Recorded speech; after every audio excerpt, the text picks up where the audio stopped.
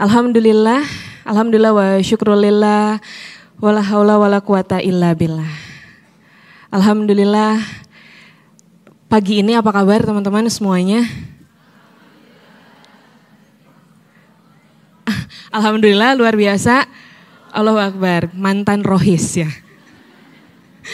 Ya, sebelumnya saya mengucapkan terima kasih dulu untuk Teh Vina Fauzia selaku owner dari Zairah Hijab. Ada juga Kang Toto Setiadi, di mana? Oh belum datang, selaku dari CEO dari Zairah Hijab, yang juga suami tercinta ya Teh. Iya. Dan khususon untuk teman-teman tamu undangan, juga teman-teman peserta yang sudah hadir. Masya Allah, ini kabarnya 400 orang yang hadir. Tepuk tangan dong buat teman-teman semua pagi ini. Ya Allah. Kasih senyum terbaiknya, kiri dan kanan boleh. Coba kiri ke kiri, tengok boleh ke kiri, kasih senyum terbaiknya ke kanan. Oke, ya. Pasti belum kenal dah ya yang kiri dan kanannya. Banyak yang belum kenal kiri dan kanannya ya. Oke, tangan kanan ke atas boleh, taruh di bahu sebelah teman sebelah kanannya. Bahu ya, ini ada yang naruh di kepala. Tolong ya, jangan dimanfaatkan sebagai ajang balas dendam yang terpendam. Tolong dipegang bahu teman sebelah kanan. Ulangi kata-kata saya. Friend. Alhamdulillah ya. Hari Minggu kita berkah insya Allah. Hari ini kita bakal belajar seharian. Nah, tepuknya jadi beda, seharian. Oke. Tangan kiri, gantian tangan kiri boleh ditaruh di pundak teman sebelah kiri. Yang tadi dipegang kepalanya boleh balas dendam ya. Ya. Friend. Iya bener pisan. Hari ini kita bakal belajar dari pagi sampai sore supaya maksimal. Coba ya handphonenya kita silent aja, jangan dipakai WA-an, nanti nggak fokus. Kalau kamu ketahuan HP-nya masih berdering, nanti aku lapor panitia buat dijadiin door prize. Oke, tepuk tangan sekali lagi buat teman-teman hari ini. Masya Allah. Sip ya panitia, tolong nanti kalau ada yang laporan itu kita bertambah door prize-nya bukan 50 Teh Vina, berarti nanti nambah tergantung HP yang berdering. Siap. Oke, salam silaturahim semuanya, salam kenal, saya Febrianti Almira. Kalau wargi Bandung biasanya manggilnya Teh Pepel, nggak tahu kenapa itu sudah nama panggilan akrab ya. Agar menikah tak salah arah mulai dari mana ya. Sebelumnya judul ini mengcover kebutuhan single Lila. Jadi mau nanya yang statusnya aku masih sendiri yang mana? Cung. Oh banyak. Banyak ya, banyak temen ternyata. Coba yang selama ini merasa kayaknya aku doang yang ketinggalan segala macam. Di sini ada banyak. Oke, makasih banyak. Dan gantian berarti selebihnya sudah menikah gitu ya. Jadi sesi 1 ini akan mengcover pembahasan yang dibutuhkan oleh teman-teman yang masih single. Maka mohon izin bagi yang sudah menikah, mungkin akan terasa agak sudah tidak relate gitu ya. Karena kadang begini, dulu masih sendiri itu doanya lain ya Allah. Semoga dia jodohku. Kalau bukan dia, pokoknya harus dia gitu. Gimana kayak caranya ya Allah gitu ya. Tapi doa-doa romantis, doa-doa yang penuh dengan harapan itu kita lupa momen dan rasanya ketika sudah nikah. Lupa bahwa suami yang sudah jadi pasangan kita hari ini adalah sosok yang dulu pernah kita doakan di sepertiga malam. Ternyata suami kita yang saat ini adalah dulu yang sempat bikin hati ketar-ketir. Sekarang episodenya udah berubah. Jadi mungkin agak nggak relate, tapi tetap saya akan sampaikan bahwa pembahasan ini tetap bisa membawa kenangan lama. Yang mana mengevaluasi proses perjalanan teman-teman yang mungkin sudah nikah. Sip? Sip. Kalau saya bilang setuju, teman-teman bilang sepakat. Kalau saya bilang sepakat, teman-teman bilang setuju. Setuju? Sepakat? Setuju. Oke, ngetes konsentrasi ya. Bismillah. Oke. Saya saat ini profesinya adalah seorang paling utamanya istri dan ibu. Anak saya 2 yang biologis ya, maksudnya lahir dari rahim sendiri. Ini 2, anaknya laki-laki dua-duanya, salah satunya saya ajak ke sini. Biasanya dua-duanya kalau ada ayahnya. Kalau nggak ada ayahnya, wassalam ya, nanti huru hara di depan panggung. Jadi cap cip cup yang mana yang bungsu? Bungsu sejauh ini. Saya ajak salah satu dan prinsipnya tadi saya sempat sampaikan dalam kesepakatan keluarga kami, anak adalah poros utama dalam setiap keputusan kalau di kesepakatan saya dan suami. Jadi segala keputusan yang hadir, yang akan kami ambil harus selalu dengan pertimbangan anak gimana, amanah utama bagi kami. Maka ketika waktu itu saya pernah dalam fase rehat dulu dari ngisi-ngisi kayak gini, saya ngobrol sama suami, boleh nggak sih aku go public lagi, boleh nggak aku bermanfaat lagi keluar? Kata suami saya, boleh, asalkan pusat gravitasinya ada di anak. Jadi selalu pertimbangan keputusan apapun dengan pertimbangan anak. Maka saya putuskan go public tapi anak diajak.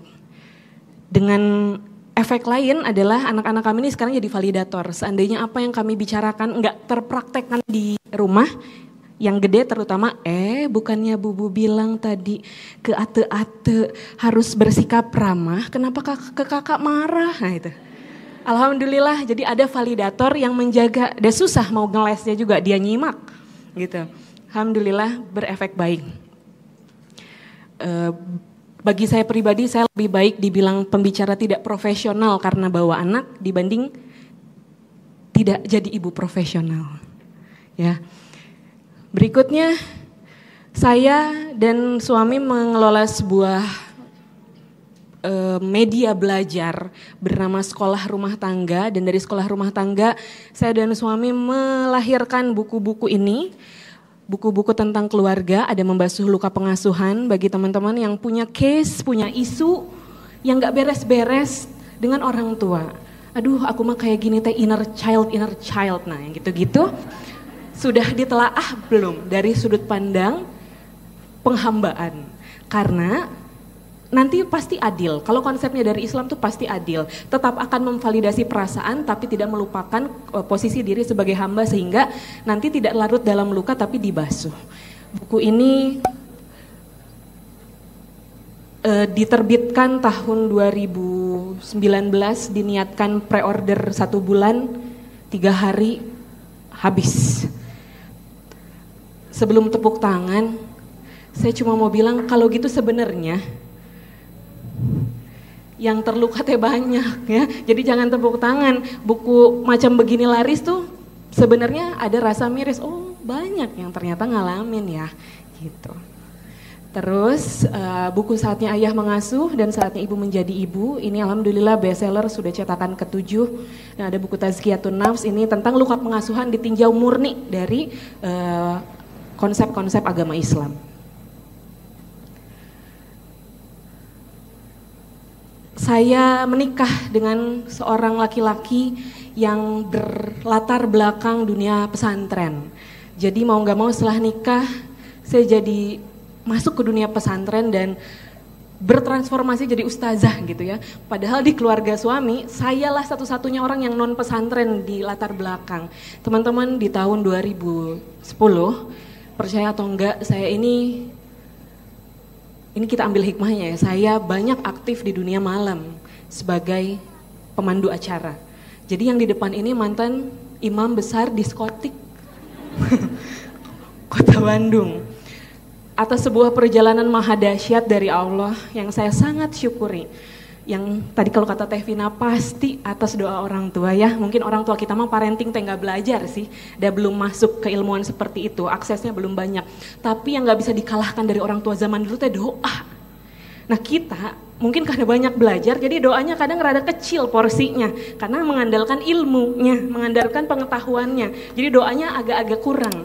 Nah, lihat orang tua dulu dahsyat, mungkin secara keilmuan tidak terlalu banyak, tapi doanya luar biasa. Kayaknya mah berkat doa orang tua saya, bukan kayaknya, pasti. Maka siapa sangka bertahun-tahun setelahnya nikah sama keluarga pesantren. Atuh paling beda sendiri ya, Masya Allah. Masuk ke sana, saya punya keluarga besar baru, yaitu keluarga besar namanya Pondok Pesantren Saif Al-Ulum di Kabupaten Subang, Jawa Barat. Suami saya diamanahi menjadi ketua pondok. Alhasil saya harus mensolehahkan diri, kalau enggak jomplang ya, kalau enggak wah ketinggalan jauh. Saya syukuri skenario ini. Santri-santrinya di sana ini ada santri putra, santri putri, dan selaras dengan arah keluarga kami memfasilitasi santri putra maupun putri yang punya latar belakang keluarga yang tidak ideal. Mulai dari yang anaknya ditinggalkan orang tuanya, jadi dia nggak punya tempat pulang, atau yang memang yatim piatu dan lain sebagainya. Ini sudah pondok pesantrennya berjalan sekitar 7 tahun. Alhamdulillah. Di Bandung sendiri, saya mau menyapa dulu, ada nggak di sini teman-teman alumni kelas Selaras Fitrah? Boleh nggak berdiri teman Selaras Fitrah? Silakan. Yang kelas Selaras Fitrah boleh berdiri nggak? Silakan berdiri di kursinya. Satu, boleh berdiri teh? Boleh berdiri, ngurung puyuk gening di sebelah sana ya. Halo, nah ini boleh tepuk tangan buat teman-teman ibu ini. Nah ini adalah komunitas dari para keluarga, bukan cuma ibunya, bukan cuma ayahnya, bukan cuma anaknya, tapi sekeluarga yang berupaya selaras fitrah. Nanti keilmuannya belajar sama Ustazah Oki. Dan mungkin bisa kolaps nanti sama teman taat community ya, karena sekarang udah nggak zaman saingan ya. Saya juga ngelihat para owner brand tuh duduk di sini saling support, itu indah sekali. Karena ini zamannya udah kolaborasi. Yang suka berpikir bersaing, selamat ketinggalan zaman. Hari ini zamannya, eranya kolaborasi. Dan aktif hari ini masih mengisi kesana kemari menjadi pembicara, dan itulah beberapa dari aktivitas saya. Oke, kita masuk materi, siap? Siap. Relax badannya, oke? Tarik nafas panjang, hembuskan ya. Agar menikah tak salah arah, 4 bab aja. 1, tujuan sejati pernikahan. 2, tenang di masa penantian. 3, peran suami istri selaras fitrah. 4, menyikapi isu yang bertentangan dengan fitrah. Ada saya ambil contohnya child free, kesetaraan gender, dan lain sebagainya. Karena hati-hati, iya, karena hati-hati hari ini inilah tantangan peradaban kita. Tantangan peradaban hari ini, para muslim seluruhnya. Manusia itu hanya terbagi 2 di tantangan peradaban hari ini, terbagi 2 kubu, apapun jenis nama-namanya, golongan, komunitas, apa, semua hanya terbagi menjadi 2 kubu. Yang satu self-centris, apa? Self-centris, yang sebelah lagi Allah-centris. Kalau bahasa Qur'annya mah hanya terbagi 2, hak dan batil. Kita boleh berbeda-beda dalam segala hal, tapi kalau masih bertauhid, masih hak, itu teh saudara. Karena kubunya hanya ada 2, hak dan batil. Nah, tantangan peradaban ini begini, kalau self-centris itu adalah manusia-manusia, orang-orang yang cara berpikirnya, keputusanku atau logikaku, cara berpikirku adalah pusat keputusanku. Logikaku pusat keputusanku, di atas dari apapun. Kalau Allah sentris, ini pemikirannya adalah apa yang Allah katakan, apa yang Allah perintahkan, apa yang Allah wajibkan, termasuk sebaliknya, apa yang Allah larang, apa yang kata Allah perlu dijauhi, maka itulah sumber landasan utama dari setiap keputusan. Kalau self-centris, ini adalah kebalikannya dari Allah sentris, maka biasanya begini, iya sih kata Allahnya gitu sih, iya sih benar harus gitu, tapi dah akunya gimana gitu ya, kata aku mah logikanya teh kurang masuk gitu. Nah, self-centris, kumaha aku, cek aku mah kieu nya kieu gitu. Kata aku mah aku teh belum siap. walaupun kata Allahnya wajib, tapi aku mah belum siap. Jadi ya Allah yang ikut aku gitu. Self-centris. Pusatnya adalah aku, pusatnya adalah diriku. Dan ini rame konsep-konsep ini hari ini. Self banyak ya konsep-konsep turunan dari self. Di batas wajar, di dalam batas syariat masih boleh. Tapi kadang kebablasan, misalnya kayak self reward, self love dan lain sebagainya. Bukan nggak boleh, dalam batas syariat tuh masih aman. Tapi kadang batas syariatnya suka tipis. Jadi kebablasan. Self-centris itu tadi. Kata Allahnya gitu sih. Tapi akunya nggak mau gitu. Ini namanya Islam prasmanan. Apa? Nah, apa tuh Islam prasmanan? Aku ambil yang aku suka dan aku tidak ambil yang aku tidak suka atau belum suka. Gitu.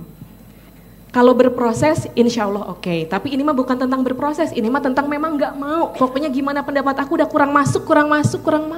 Gitu. Kata yang self-centris. Kalau yang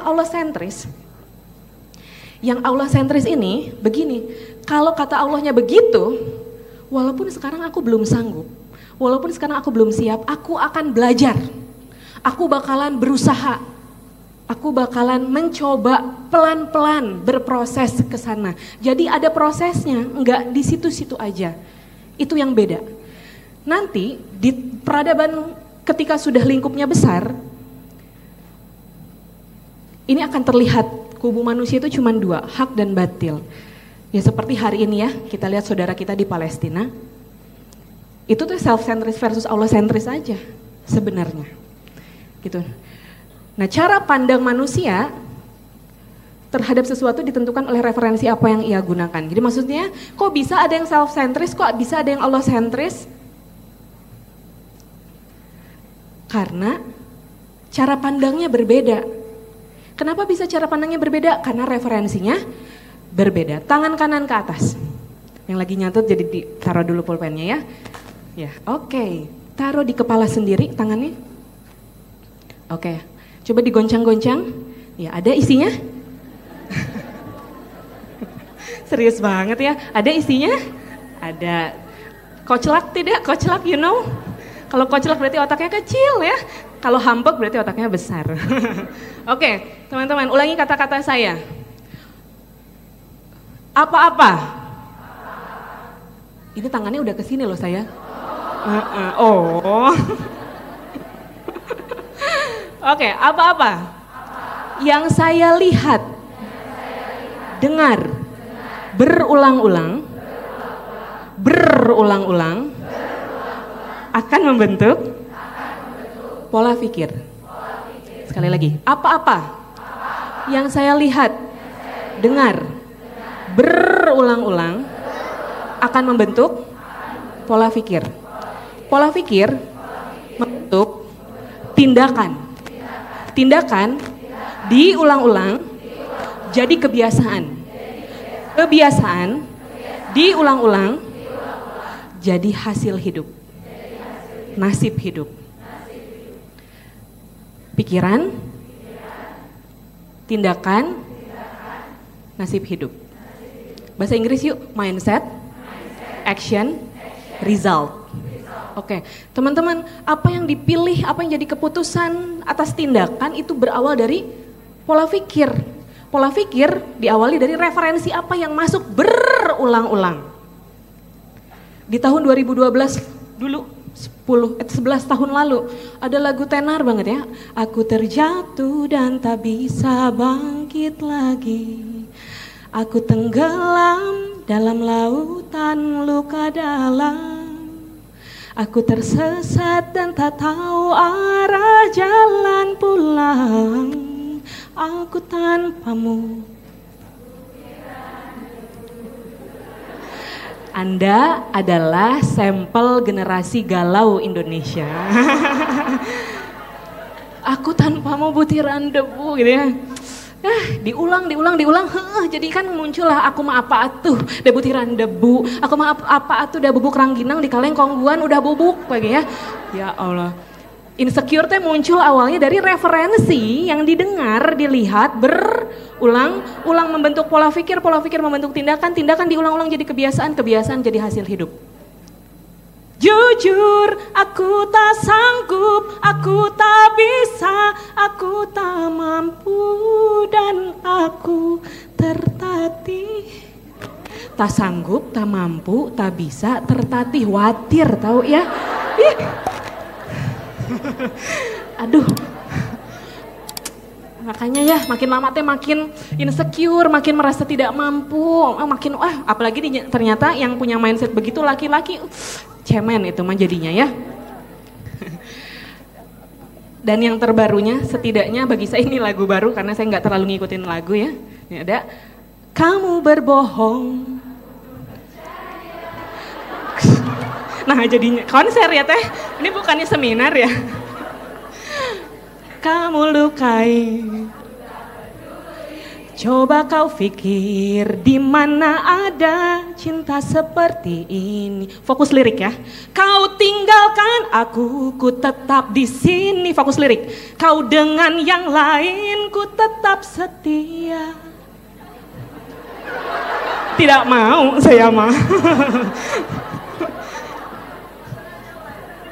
Tak usah tanya kenapa, aku cuma punya hati. Betul akhirnya mah, yang begini itu cuma punya hati, tapi tidak punya. Maaf ya, maaf. Kok tidak berpikir gitu ya, maaf ya. Intinya adalah saya mau sampaikan referensi itu penting karena dia akan membentuk pola pikir akan membentuk tindakan akan membentuk nanti ujungnya kebiasaan dan jadi nasib hidup. Yang pada akhirnya terpuruk, ngerasa lemah terus dan lain sebagainya seterusnya itu biasanya yang dikonsumsinya adalah hal-hal yang melemahkan. Sedangkan sebaliknya yang dengan sadar memilih yang masuk ke telinga saya, yang masuk ke mata saya harus yang bisa memberdayakan saya, maka itu akan ngefek. Jadi pola pikir, nanti jadi keputusan, tindakan diulang-ulang jadi kebiasaan jadi nasib hidup. Kenapa ada orang-orang yang pada ujungnya kok dia gampang banget sih gali hikmah, kok dia gampang banget sih dapetin sisi positif? Kenapa? Di sini bedanya. Dan yang di sini nggak kelihatan, tapi itu jadi yang paling penting. Sebagaimana dalam pohon, akar tuh yang nggak kelihatan, tapi dia yang paling penting yang bikin pohon itu jadi tegak. Sip, oke. Maka hari ini kita akan belajar agar menikah tak salah arah itu dengan referensi yang benar, referensi yang memberdayakan. Mungkin nanti akan ada pembahasan saya yang secara referensi umum, kok gitu sih teh, kok kata umum mah nggak gitu teh. Nggak apa-apa, umum berbeda dengan Quran, yang dipilih yang mana? Quran. Jangan sampai yang tenar mengalahkan yang benar, karena hari ini gempurannya, tantangan peradabannya tadi, masifnya informasi, lebih mudah kita akses yang salah dibandingkan yang benar. Tujuan sejati pernikahan, bab 1. Saya agak jarang kesini ya, oke. Tujuan pernikahan itu 1, menenteramkan jiwa. Yang sudah nikah, tentram enggak? Setelah nikah jadi tenang. Menenteramkan jiwa. Kadang kalau yang suka ngebully jomblo, maaf saya enggak ya, saya tuh memfasilitasi kalau ada. Kalau nggak ada ya susah juga. Tapi saya nggak ngebully, cuma saya kalau dengar orang yang suka ngebully jomblo tuh begini, pantesan lah ente masih gelisah, wong belum ada pasangannya gitu. Dan ternyata dalam Qurannya memang ada. Dan di antara tanda-tanda kebesarannya, ini siapa yang suka terima undangan? Ayat ini pasti familiar ya. Yang teman-temannya udah masuk usia pernikahan. Dan di antara tanda-tanda kebesarannya ialah dia menciptakan pasangan-pasangan untukmu dari jenismu sendiri agar kamu cenderung dan merasa tentram kepadanya. Dan dia menjadikan di antaramu rasa kasih dan sayang. Sungguh pada yang demikian itu benar-benar terdapat tanda-tanda kebesaran Allah bagi kaum yang berfikir. Jadi adanya pasangan itu memang akan menenteramkan. Saya beberapa kali ketemu teman-teman yang newlywed, baru nikah gitu ya, yang baru nikah. Rata-rata yang sangat ekspresif gitu di masa singlenya, yang sangat liar gitu berpikirnya, ketika udah nikah tuh teredam. Dan saking tentramnya biasanya berat badan bertambah. Berat badan bertambah ya biasanya. Minimal kalau nggak kelihatan di sekujur tubuh, kelihatannya di bagian sini. Kenapa ini teh cina bikin malu. Ya itu karena tentram ya, di laki-laki biasanya terlihat sekali ada yang sudah nyiapin makannya dan lain sebagainya. Sebenarnya bukan cuma tentang makan, tapi tentang ketentraman itu bikin gitu. Lalu tujuan pernikahan berikutnya adalah menjaga kesucian nasab manusia. Ini adalah hal yang bersangkutan dengan syariat, hifdzun nasl, bahwa pernikahan membuat nasab manusia itu menjadi suci. Ininya Quran surat Al-Furqan ayat 54, dan dia pula yang menciptakan manusia dari air, lalu dia jadikan manusia itu punya keturunan, dan musoharoh itu keturunannya diakui oleh garis pernikahan, diakui oleh pernikahan itu. Tujuan pernikahan yang ketiga, membangun organisasi terkuat, keluarga. Keluarga adalah organisasi terkecil yang paling kuat. Kadang kita dengar cuma organisasi terkecilnya aja, nggak tahu bahwa organisasi terkecil ini organisasi yang terkuat. Ada yang dipimpin, ada pemimpin. Organisasi terkecil tapi juga terkuat. Kenapa saya bilang begitu, teman-teman? Salah satu fenomena aja. Banyak hal yang buruk, yang batil itu mau nembus manusia, mau nembus kepala manusia, mau masuk jadi referensi, itu perlu benteng-benteng. Perlu apa? Benteng-benteng. Salah satu benteng yang diharapkan untuk bisa menahan, melawan hal-hal yang batil itu negara salah satunya. Karena negara ini punya keputusan yang jelas. Punya keputusan yang jelas yang bisa mengcover seluruh warga negara. Tapi LGBT salah satunya itu di negara-negara itu sudah diakui, bahkan dilegalkan pernikahannya. Dan negara Thailand salah satunya itu sudah disahkan 17 jenis kelamin di sana. 17 jenis kelamin, Ibu. Cik, apa aja? Jangankan ngomongin jadi hamba, ngomongin kamu perempuan apa laki aja dia belum selesai. Dan itu negara ASEAN pertama. Jadi berharap sama instansi atau organisasi besar dalam level negara aja kita udah agak kesulitan, ketar-ketir, walaupun harus ada tetap yang berjuang di sana. Setidaknya kalau kita nggak ada level untuk ke sana, levelnya adalah keluarga. Karena walaupun misalnya level negara, level RT bahkan sudah mengizinkan hal batil untuk masuk, keluarga itu masih bisa menjegal. Di keluarga saya prinsipnya tidak begitu, mohon maaf gitu. Bahkan di Amerika ya, walaupun itu negara-negara barat masih banyak kok orang tua, keluarga-keluarga yang mereka maju pasang badan untuk menolak hal-hal yang batil, walaupun bukan muslim. Keluarga penyelamatnya, benteng terakhir keluarga. Kalau bukan keluarga yang jadi garda depan udah hancur. Makanya hal-hal batil itu sekarang menyasar untuk menghancurkan keluarga-keluarga termasuk di Indonesia. Salah satu cara menghancurkan keluarga, rusak peran perempuannya. Biarkan mereka nggak tahu peran mereka itu mulia. Izinkan perempuan berpikirnya pengen setara, pengennya kayak laki-laki sehingga dia melupakan keistimewaannya sebagai perempuan. Akhirnya peran perempuan kosong. Padahal perempuan adalah tiangnya negara, padahal perempuan ini adalah madrasahnya utama bagi para generasi pelanjut. Di sini kosong, hancur keluarga. Keluarga adalah benteng terakhir. Kalau benteng terakhirnya kosong, benteng terakhirnya runtuh. Siap-siap. Yang egosentris, yang self-centris lebih banyak daripada yang Allah-sentris. Maka tujuan pernikahan semulia itu dengan kita mengetahui menenteramkan jiwa, menjaga kesucian nasab, membangun organisasi terkuat. Nah, singkat, kalau menikah menghadirkan ketentraman, menghadirkan keturunan, membentuk organisasi terkuat. Selanjutnya untuk apa Allah beri semua itu? Untuk bersenang-senang sampai akhir hayat, udah ketemu sama pasangan aku, udah tentram hati aku, tinggal melanjutkan hidup sampai akhir hayat, berketurunan gitu. Itu untuk kenyamanan pribadi atau untuk apa? Mari kembalikan pada konsep dasar hakikat kehidupan bahwa Allah ciptakan setiap manusia untuk menghamba pada Allah dengan cara menjalankan tugas sebagai khalifahnya di muka bumi. Kesimpulannya, maka tujuan sejati berkeluarga nggak apa-apa. Maka tujuan sejati berkeluarga adalah untuk menjalankan tugas penghambaan, tugas kekhalifahan dari Allah bersama pasangan. Menikah itu bukan untuk melegalkan cinta semata. sebenarnya dalam pernikahan itu ada rencana besar Allah. Teh Vina sama Kang Toto dipersatukan ke dalam sebuah keluarga. Ada tugas dari Allah untuk dituntaskan oleh pasangan ini aja yang bisa, karena tugas dari Allah itu spesifik.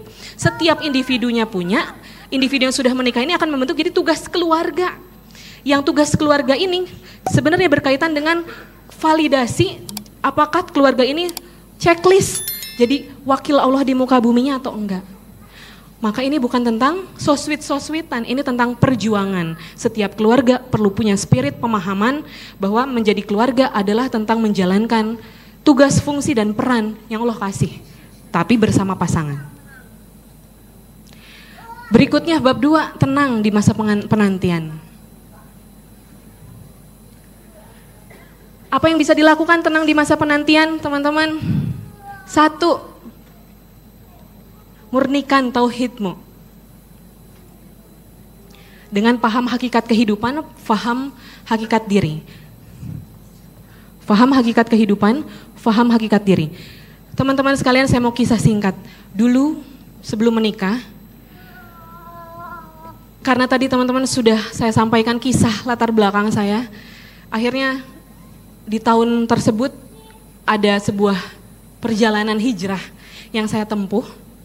Ketika dulu sempat salah, kemudian berhijrah, dan saya agak salah memahami, salah pola pikir, salah mindset. Dulu saya berpikir habis hijrah nikah, polanya adalah habis hijrah maka nikah, karena nikah itu akan membuat istiqomah, gitu pikirannya. Jadi karena saya udah hijrah, maka saya waktu itu berpikir saya harus segera menikah, saya harus segera nikah, karena udah hijrah kan nikah. Jadi saya sempat dengar rame-rame tuh kalau udah hijrah tuh nikah nanti insya Allah istiqomah.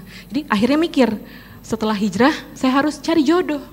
Akhirnya di tahun tersebut mengobrol diri, siapa yang mau nikah, siapa yang mau sama siapa aja gitu ya, yang penting soleh, yang ya nggak apa-apa kan, sama siapa aja yang penting soleh, yang penting baik, yang penting peduli, yang penting tanggung jawab. Akhirnya saya pernah mengalami fase pengen segera, harus cepat nikah, harus ketemu jodohnya cepat.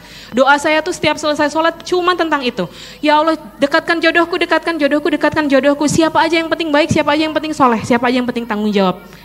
Akhirnya teman-teman di tahun tersebut, singkat cerita, saya beberapa kali ta'aruf, sampai akhirnya ada 2 kali proses saya ta'aruf yang berlangsung sampai hitbah, salah satunya berlangsung sampai sudah menentukan tanggal akad dan batal. Pernah batal nikah, pernah terpuruk karena cowok ya, pernah terpuruk karena laki-laki. Gimana saya ini ya, gambarannya dulu zaman jahiliyah, naudzubillah min dzalik, ini diambil hikmahnya aja. Dulu saya kalau putus pacaran itu bisa turun berat badan sampai 7 sampai 10 kilo. Saking gak mau makan karena kehilangan doi gitu. Kalau dipikir-pikir serem padahal ya. Jadi kebayang bagi seorang perempuan yang dulu kalau putus aja turun berat badan, apalagi kalau batal nikah, Anda bayangin nggak saya akan seperti apa? Nah di situ teman-teman, saya baru akhirnya sadar, batal nikah ini adalah titik terendah sekaligus titik terindah. Apa? Titik terendah sekaligus titik terindah. Teman-teman yang lagi ngalamin titik terendah dimanapun, apapun kisahnya, ingat, titik terendah itu seringkali adalah titik terindah. Mula dari titik-titik terindah di depan. Selama apa? Selama titik terendah itu dimaknai dengan ketauhidan.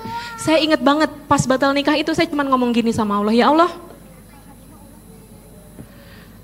gak ada yang terjadi kecuali atas izin Engkau, dan Engkau adalah zat yang gak pernah zolim sama hambamu. Semua yang Engkau takdirkan dalam bentuk peristiwa adalah untuk bikin hambamu lebih baik kualitasnya. Maka tidak lepas dari peristiwa ini, Engkau pasti mau kebaikan bagi hamba. Maka ya Allah, setelah ini tolong perjalankan hamba untuk memahami Islam lebih dalam. Tolong buat hamba perjalankan hamba untuk belajar lebih dalam tentang agamamu, dan berikan hamba kesempatan untuk berkiprah di ranah yang baik. Dan singkat teman-teman, saya akhirnya ngaji lebih intens. Bukan hanya ngaji baca Quran, tapi mendalami memahami isi Quran. Salah satunya saya baru sadar di Quran surat Al-Baqarah ayat 218. Sesungguhnya orang-orang yang beriman serta orang-orang yang berhijrah dan berjihad di jalan Allah, mereka itu mengharapkan rahmat Allah. Allah Maha Pengampun, Maha Penyayang. Ternyata habis hijrah bukan nikah. Habis hijrah apa? Jihad. Amanu, wahajaru, wajahadu.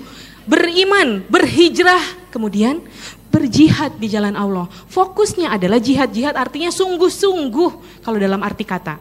Sungguh-sungguh ngapain? Sungguh-sungguh jadi hamba, sungguh-sungguh ngerti hidup dari sudut pandang tauhid. Bukan nikah, tapi jihad. Akhirnya teman-teman, hari-hari itu saya habiskan untuk mempelajari Islam dan cuma 2 hal yang saya lakukan. Belajar, amalkan. Belajar, amalkan. Belajar, amalkan. Belajar, amalkan. Dan ternyata belajar yang diamalkan itu membentuk karakter. Menjadi pribadi muslimah yang tangguh, yang kuat, itu bergantung seberapa banyak kita ngamalin yang kita pelajari. Maka beres dari sini, ini harus jadi amal kalau mau membekas, kalau mau ngebentuk. Kalau hanya jadi catatan, kalau hanya jadi pengetahuan, dia nggak akan ngebentuk apa-apa di diri kitanya.